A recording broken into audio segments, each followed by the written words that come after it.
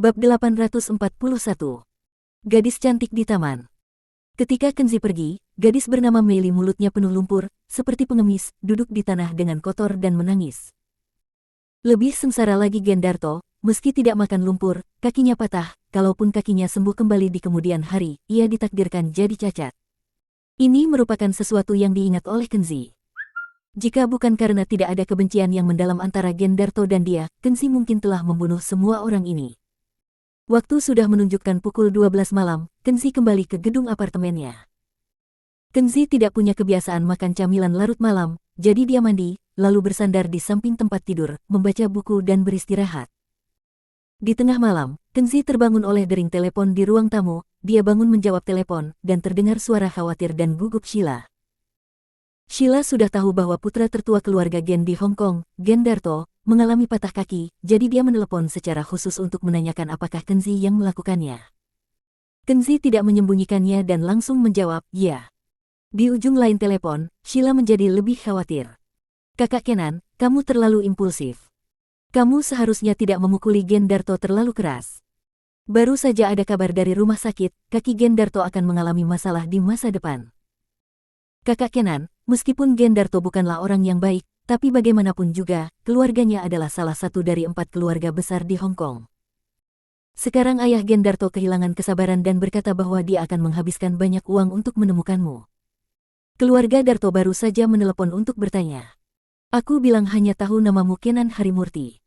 Aku tidak tahu di mana kamu tinggal atau informasi kontakmu. Aku berharap dengan melakukan ini, dapat sedikit membantumu. Tidak masalah. Jika keluarga Gen mengirim seseorang untuk mencariku lagi, katakan saja apapun yang kamu tahu. Tidak perlu menutupinya dan jangan takut." Kata-kata Kenzi lebih lembut, dan dia tidak ingin membawa masalah bagi Sheila. Selain itu, keluarga Gen di Hong Kong tidak akan menaruh perhatian padanya. Keluarga kaya seperti ini, tidak peduli berapa banyak uang atau kekuasaan yang mereka miliki, tidak dapat menghentikan Kenzi. Jika keluarga Gendarto bersikeras mengganggu ketenangannya, Kenzi tidak keberatan membuat keluarga Gen menghilang. Namun, meskipun Kenzi tidak takut sama sekali, Sheila masih mengkhawatirkan Kenzi di ujung telepon. Dia berpikir sejenak dan berkata, "Kakak Kenan, bagaimana dengan ini? Kamu jangan tinggal di apartemen itu lagi. Kamu pindah saja ke vilaku. Konflik antara Gendarto dan kamu diakibatkan karena aku. Jika kamu pindah ke keluarga kami, meskipun keluarga Gen akan sangat marah, mereka masih akan mengkhawatirkan keluarga kami. Jika ayahku maju untuk menengahi, kakak Kenan akan baik-baik saja." Usulan Sheila sama saja dengan mengambil alih segalanya, menyerahkan semua masalah pada keluarga Sheila, menggunakan kekuatan keluarga Sheila di Pulau Hong Kong untuk memberikan perlindungan kepada Kenzi.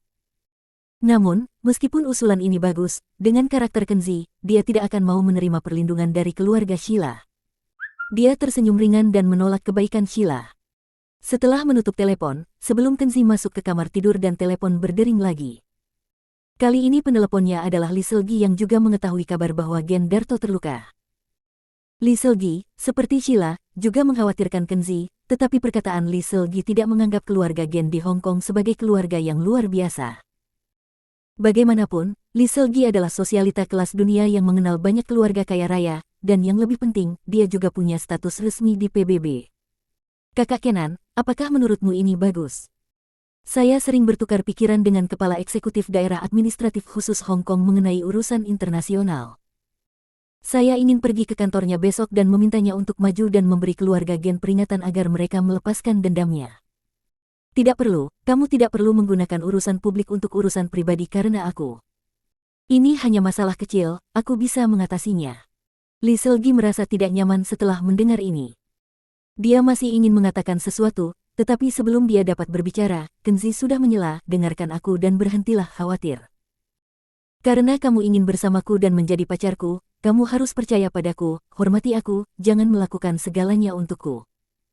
Setelah Kenzi mengatakan ini, Lee Selgi di ujung telepon tiba-tiba menunjukkan senyuman manis dan bersenandung lembut. Ini adalah pertama kalinya Lee Selgi mendengar Kenzi menggunakan kata-kata langsung seperti itu untuk menjelaskan hubungan mereka berdua. Dia adalah pacar Kenzi, hal ini membuat Lee Selgi merasa sangat bahagia. Panggilan telepon berakhir, sudah hampir jam 4 pagi, Kenzi benar-benar tidak bisa tidur, jadi dia mengenakan pakaiannya dan pergi jalan-jalan.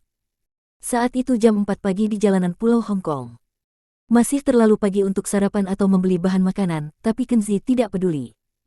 Dia hanya ingin keluar jalan-jalan dan menghirup udara segar. Dia tahu bahwa ada taman hutan gratis sekitar 3 kilometer sebelah timur gedung apartemen. Pemandangan alamnya relatif bagus di Pulau Hong Kong.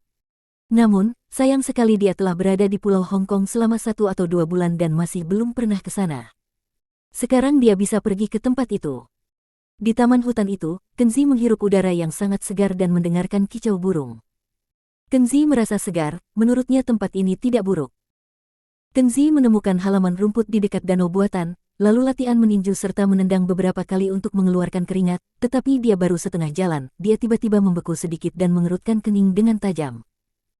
Samar-samar, dia merasakan kesejukan yang menakutkan, seolah-olah seseorang sedang menatapnya tidak jauh di belakang dengan mata dingin. Kenzi tetap tenang, terus mempertahankan gerakannya. Pada saat yang sama, dia melepaskan jiwa spiritualnya, menyapu ke arah hutan tidak jauh di belakang. Dia adalah wanita cantik yang terlihat sangat muda.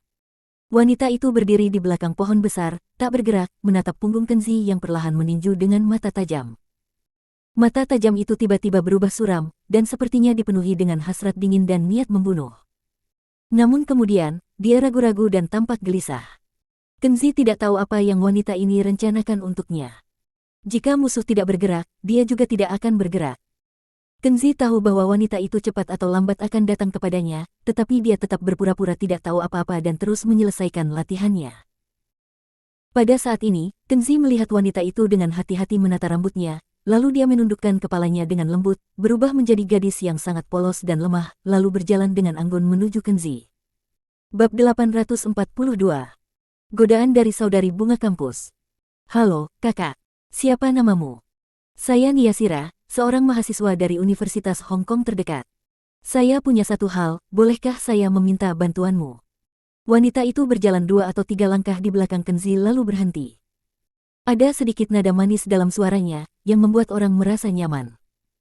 Karena dekat, Kenzi dapat melihat penampilannya dengan cermat. Wanita bernama Niyasira ini tidak hanya punya suara yang bagus, tetapi juga penampilan yang sangat baik. Dengan wajahnya yang seputih salju dan cantik, ekspresi yang polos dan pemalu, payudara yang menonjol dan kaki yang ramping, pria manapun yang melihatnya akan tertarik padanya. Pria akan punah keinginan untuk menjaga dan melindunginya. Namun, menghadapi Niyasira, Kenzi diam-diam mengerutkan kening dan merasakan kewaspadaan yang kuat, karena dia bisa merasakan bahwa Niyasira, seorang wanita yang lemah dan polos, jelas tidak sesederhana yang terlihat. Kenzi memiliki kemampuan ajaib, melepaskan jiwa spiritualnya, dan dapat mendeteksi banyak masalah yang tidak dapat dideteksi oleh orang biasa. Misalnya, kesadaran spiritualnya dapat mendeteksi bahwa meskipun Niyasira selalu menundukkan kepalanya dan diam-diam mengendalikan emosinya, detak jantungnya semakin cepat, dan sepertinya ada ketegangan dan kegelisahan yang tak terkendali. Kenzi juga masih dapat mendeteksi bahwa tubuh Niyasira memancarkan aura dingin. Meskipun Niyasira sengaja menahan dan mengendalikan, Kenzi masih dapat merasakannya.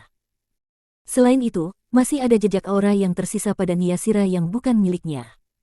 Sepertinya aura yang tersisa di tubuhnya berasal dari beberapa pria berbeda. Kenzi mulai curiga bahwa wanita bernama Niyasira ini adalah seorang wanita dukun yang memanen energi pria. Mungkin Niyasira melihat bahwa dia adalah pria kuat dengan energi yang sangat melimpah, dan ingin menjadikannya sebagai mangsa. Mangsa yang kuat biasanya berbahaya, jadi karena merasa ragu, dia datang untuk menguji terlebih dahulu untuk mengukur seberapa kuat dia. Kenzi mempertahankan ekspresinya dan berkata dengan tenang, "Halo, nama saya Kenan Harimurti. Apa yang bisa kubantu?" Saat berbicara, Kenzi juga memperhatikan bahwa Niyasira mengenakan sepasang sarung tangan di tangan kirinya dengan sebuah cincin halus dan sederhana. Niyasira menundukkan kepalanya, seolah-olah dia sangat pemalu, dan tanpa sadar memegang cincin itu. "Paman Kenan, aku. Sebaiknya aku memanggilmu Kakak Kenan." Niyasira tersipu, mengangkat kepalanya sedikit, menatap Kenzi dengan sepasang mata menawan dan berkata, "Situasinya seperti ini, aku dalam masalah. Aku butuh Paman Kenan, tidak, aku butuh bantuan Kakak Kenan. Aku harap, Kakak Kenan dapat membantuku." Cara dia berbicara gelisah, tidak berdaya, dan penuh harapan yang tulus, seperti kelinci putih kecil yang murni, agak menggoda. Kenzi tahu bahwa semua ekspresinya palsu, tetapi dia tetap harus mengaguminya. Jika wanita ini pergi ke Hollywood, dia pasti akan memenangkan Oscar. Jika pria lain, menghadapi wanita cantik lemah seperti dia yang meminta bantuan, dia akan berusaha sekuat tenaga untuk membantunya. Namun, Kenzi tetap tenang, seolah tidak bersimpati padanya. Mengapa kamu tidak memberitahuku dengan jelas, masalah apa yang kamu temui dan bantuan apa yang kamu butuhkan dariku? Nada acuh tak acuh Kenzi bahkan mengisyaratkan sedikit penolakan. Niyasira melihat bahwa pria ini tidak menunjukkan keinginan untuk membantu wanita lemah seperti dirinya seperti pria yang pernah dia lihat sebelumnya. Jejak keterkejutan muncul di matanya, dan kemudian dia menundukkan kepalanya untuk menyembunyikan ekspresi anehnya. Dia tersipu dan berkata dengan lembut, "Kakak Kenan, inilah yang terjadi. Saya sengaja bangun pagi-pagi sekali hari ini dan pergi ke Universitas Hong Kong. Saya ingin menyaksikan matahari terbit di taman hutan ini, tetapi di jalan, saya bertemu dua pria kuat. Mereka mengganggu saya dan memaksa saya melakukan hal semacam itu dengan mereka. Saya panik dan melarikan diri dari mereka. Saya lari ke sini dan bersembunyi. Saya tidak berani keluar. Saya perkirakan, mereka pasti mencariku di dekat sini, karena barusan, saya mendengar langkah kaki mereka berlari dari dalam hutan, jadi saya sangat takut. Saya berharap kakak Kenan melindungi dan mengantarku pulang." Kenzi mengangguk dan bertanya, "Mengapa kamu tidak memanggil polisi?" Niyasira menundukkan kepalanya dan tanpa sadar memainkan cincin di tangan kirinya lagi. "Saat aku melarikan diri, aku kehilangan ponsel dan tidak bisa menelepon polisi. Ada alasan lain. Kedua pria yang tidak bermoral itu mungkin pernah melihatku di Universitas Hong Kong. Jika saya menelepon polisi, mereka pasti akan datang ke Universitas Hong Kong untuk membalas dendam padaku di masa depan."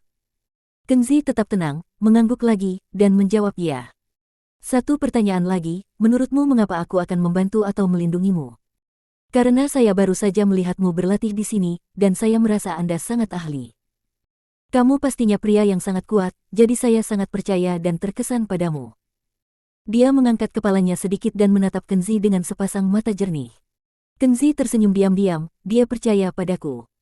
Mungkin karena saya memiliki banyak energi dan merupakan mangsa yang langka, jadi dia terkesan." Wanita ini pertama-tama berpura-pura menjadi polos, lemah, dan tidak berdaya, dan kemudian secara khusus menyerang psikologi pria dewasa dan menyanjungnya.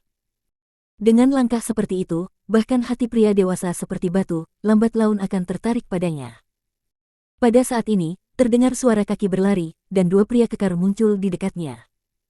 Mereka melihat Niyasira, mengacungkan tangan, dan berkata dengan nada menggoda, "Kakak, bunga kampus, mengapa kamu lari ke sini? Kamu akan mengajak kami ke tempat sepi untuk menyaksikan matahari terbit tapi kenapa kamu berkumpul dengan pria lain? Kamu cantik sekali. Jika kamu berhubungan dengan seorang pria, hatiku akan merasa sangat terluka." Kenzi terkejut. Dia tidak menyangka Niyasira tidak berbohong. Sebenarnya ada dua pria yang mengganggunya. Namun, mendengarkan implikasi dari kedua pria itu, sepertinya bukan dua orang itu yang mengganggu Niyasira, tapi Niyasira lah yang berinisiatif untuk menarik kedua orang itu ke taman hutan ini. Niyasira tampak sedikit panik, dan bersembunyi di belakang, berkata, "Kakak Kenan, tolong lindungi saya, mereka berdua adalah orang jahat, mereka meminta saya untuk menemani mereka melakukan hal tak senonoh."